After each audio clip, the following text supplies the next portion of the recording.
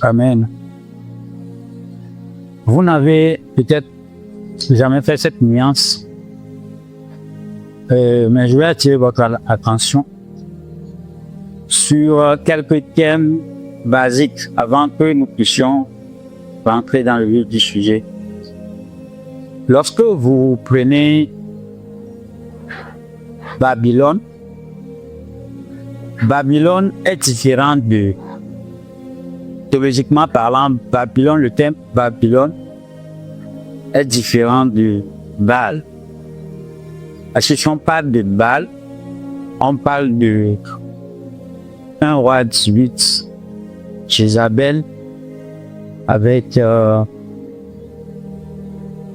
les Israéliens, et qui a suscité le peuple d'Israël à adorer Baal.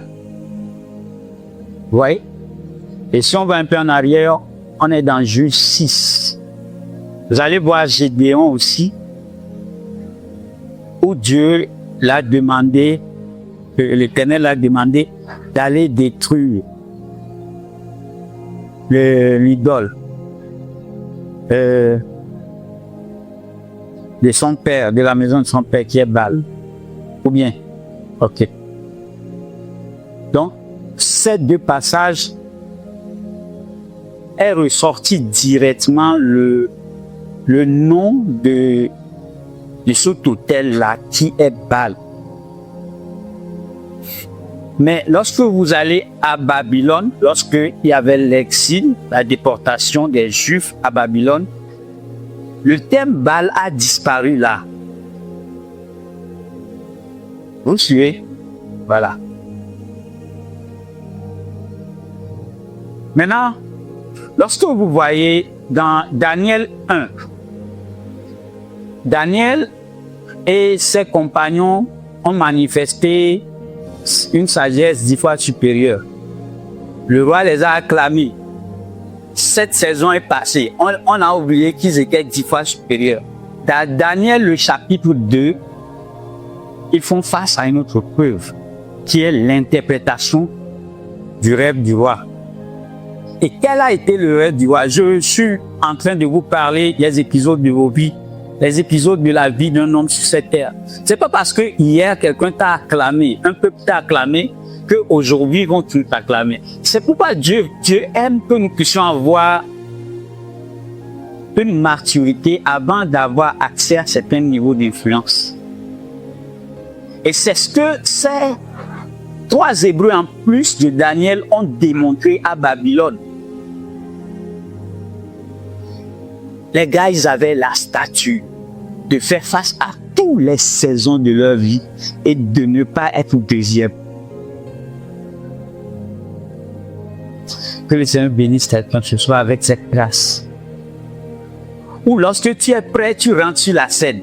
Quel que soit le type de président, le type de système qui vient pour gouverner, tu es toujours parmi les meilleurs. Et donc cette page a passé. Ce qui m'intrigue un peu, c'est que le roi a fléchi genou, a dit c'est le Dieu de Daniel qu'on va adorer. Je suis dans Daniel 2, hein. On les a acclamés. Et dans Daniel 3, on l'oublie. Le roi oublie qu'il avait dit, bien de dire, que c'est le Dieu de Daniel qui doit adorer. Il érige maintenant, un autel, une idole de 27 mètres. Exactement à l'image de ce qu'il a vu dans son rêve. Et quand on a interprété, on lui a bien dit que voilà la signification. Il y aura plusieurs types de royaumes qui vont venir. Mais le royaume de Dieu va les briser tous. Malgré que ce roi a vu, a écouté l'interprétation. Lorsque la saison a changé, ce que lui il a vu, il était inspiré de cette image qu'il a demandé de lui faire une idole de 27 mètres. Et il demande à ce que ce Dieu-là, qui a permis à Daniel d'interpréter son rêve, que tous ceux qui adorent ce Dieu et tous ceux qui sont en Babylone fléchissent genoux à lui, son idole. Vous voyez comment les hommes sur la terre sont méchants? Si tu dis tu adores Dieu, si tu ne sais pas faire, tu dis tu adores Dieu, mais tu n'es pas vraiment profond avec Dieu, les gens vont te surprendre sur cette terre. Tu viens de dire c'est le Dieu de Daniel qui est Dieu. Tu viens de l'honorer. On vient te dire, ah, c'est ton Dieu qui est Dieu, hein. Les espoirs que tu fais là. Waouh! Tu as prié, tu as conduit la prière aujourd'hui. Waouh! Il y avait la puissance de Dieu. Mais demain, on sort une autre idéologie qui est différente de l'acclamation qu'on t'avait donnée hier. On te dit, mon frère, c'est ça, hein. Tu te dis, ah, notre Dieu, il nous dit, votre Dieu, vous parlez de votre Dieu quand ici, on dit le ventre, on dit on va manger. Ça nous parle quand Dieu ici.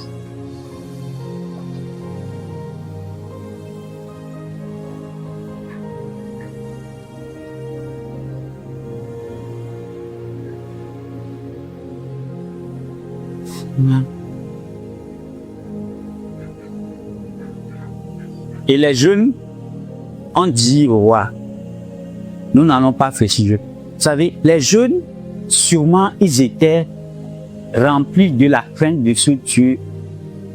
Sûrement, les jeunes, c'est vrai, ils connaissaient la Torah, ils connaissaient la loi, ils connaissaient beaucoup de choses. Ils connaissaient beaucoup de choses. Mais je suis sûr qu'il y a une sagesse, une connaissance qui a activé leur foi face au feu. Où on dit, ah, vous avez refusé de fléchir genoux, on va vous mettre dans le feu. Il y avait quelque chose en eux qui bouillonnait, qui faisait que ils n'arrivaient pas à céder face à cette peur de mourir. Et je crois que parmi ce qui bouillonnait en eux se trouvait l'explication que Daniel venait de donner dans Daniel 2 par rapport à ce statut où, malgré sa beauté de la tête jusqu'aux pieds, ça représentait les royaumes et la puissance de Dieu, le royaume de Dieu, cette pierre-là est venue le briser. Ces jeunes étaient remplis de cette connaissance. Ils savaient que ce qui est en train d'ériger là, si on venait de nous expliquer que une statue, tu as vu une statue, il y a une pierre qui est venue le briser. Cette statue-là, on n'est pas dedans avec quoi. Ce qui va se passer, ça n'a qu'à se passer. Mais tout ce que nous savons, c'est que le Seigneur va faire quelque chose qui ressemble à cette pierre qui va venir briser ce que nous voyons devant nous. À cause de ça, nous n'avons pas réfléchi. Ils étaient remplis de cette foi-là. La foi vient de ce qu'on entend. Et ce qu'on entend vient de la parole de Dieu. Donc, ils étaient remplis de cette foi. Je prie que vous soyez remplis d'un réman, d'une connaissance de Dieu avant que la tribulation ne commence, avant que les défis ne commencent devant vous. On nous appelle des croyants, nous croyons et nous sommes dangereux.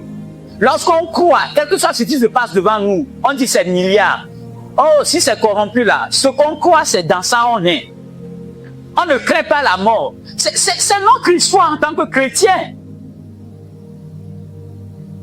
Vous avez vu Hébreu 11, vous avez vu des gens ressusciter des morts, des gens qui étaient stériles et qui ont donné des naissances à des âges vraiment donnés qui n'étaient pas possibles. Qu'est-ce qui a mené tous ces gens à le faire? Il y avait quelque chose en eux qu'ils ont entendu.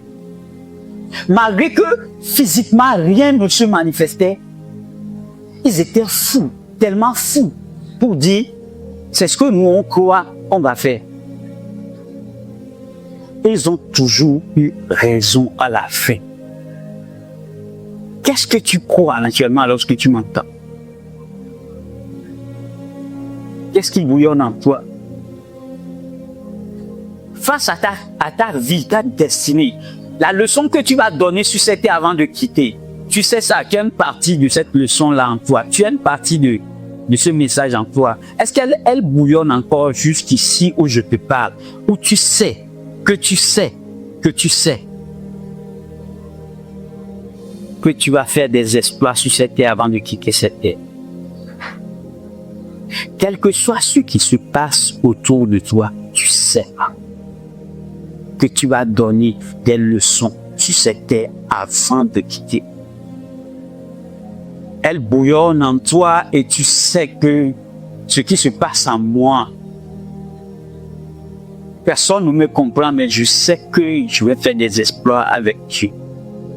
Je ne sais pas comment, mais je sais que je suis plus sage que mon âge lorsque je me regarde spirituellement. Je sais que je suis plus vieux que mon âge, spirituellement parlant. Je suis capable de faire des exploits. Comment? Je ne sais pas. Mais je sais que ça va se passer. C'est avec cette foi-là que la parole de Dieu dit, nous avons fait qu'il sera. Ça bouillonne en toi. La même chose qui se passe en toi là. C'est ça la foi. C'est ça, c'est cette foi-là qui a vaincu ce monde. C'est la même chose. Lorsque je te parle maintenant, tu es révolté en toi que, le monde me connaît, mais je vais prouver à ce monde que je ne suis pas des moindres. C'est cette semence-là en toi qui a vécu ce monde. Elle a commencé par fonctionner depuis le temps d'Abraham. C'est elle qui a manifesté Isaac. Cette même semence qui bouillonne en toi là, cette même semence qui bouillonne en toi, c'est la même chose qui se passait avec Abraham et Sarah. La même chose, ça n'a pas changé. La même chose que tu sens en toi, qui bouillonne en toi là, c'est la même chose. Elle bouillonne, c'est la même chose, la même semence, elle n'a pas changé. Elle n'a pas changé. C'est la même chose qui a bouillonné en ces trois Hébreux. Et il fallait le feu comme ça. Si notre Dieu ne nous sauve pas, on accepte de rentrer dedans. Hein, mais nous n'allons pas fléchir genoux à ce statut. Hein.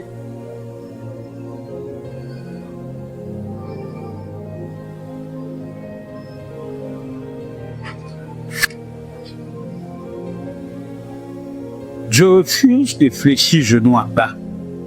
C'est un thème de notre génération actuelle. Jésus va revenir très bientôt. Et il veut son église pure. Pure. Il va revenir très bientôt. Et donc, cette semence de la foi en nous, c'est elle qui nous amène à dire certaines choses aujourd'hui sur la terre. Et donc, nous disons, je refuse de fléchir genoux à la foi. Je refuse de fléchir genoux à la foi. Il y a des gens parmi nous, vous ne savez même pas ce que ça veut dire. Hein? Vous ne savez pas ce que ça veut dire. Il y a plusieurs, lorsqu'ils écoutent je refuse de fléchir genoux à balle, ils écoutent persécution, ils écoutent les choses seront dites pour moi. Mes amis, c'est au-delà de ça. Hein? C'est au-delà de ça. Mais même si tu ne comprends pas, comme les trois Hébreux, je suis sûr que parmi les trois Hébreux là, il y avait un qui n'avait pas tellement la foi, mais il a été influencé par les autres. Parce que tu as mis avec nous, dis la même chose et tu verras, je te donne quelques mois. Quand tu parles comme une folle, dis la même chose que moi. Je ne vais pas fléchir genoux à bas. Pas seulement, tu ne comprends pas aujourd'hui, mais un jour tu vas comprendre.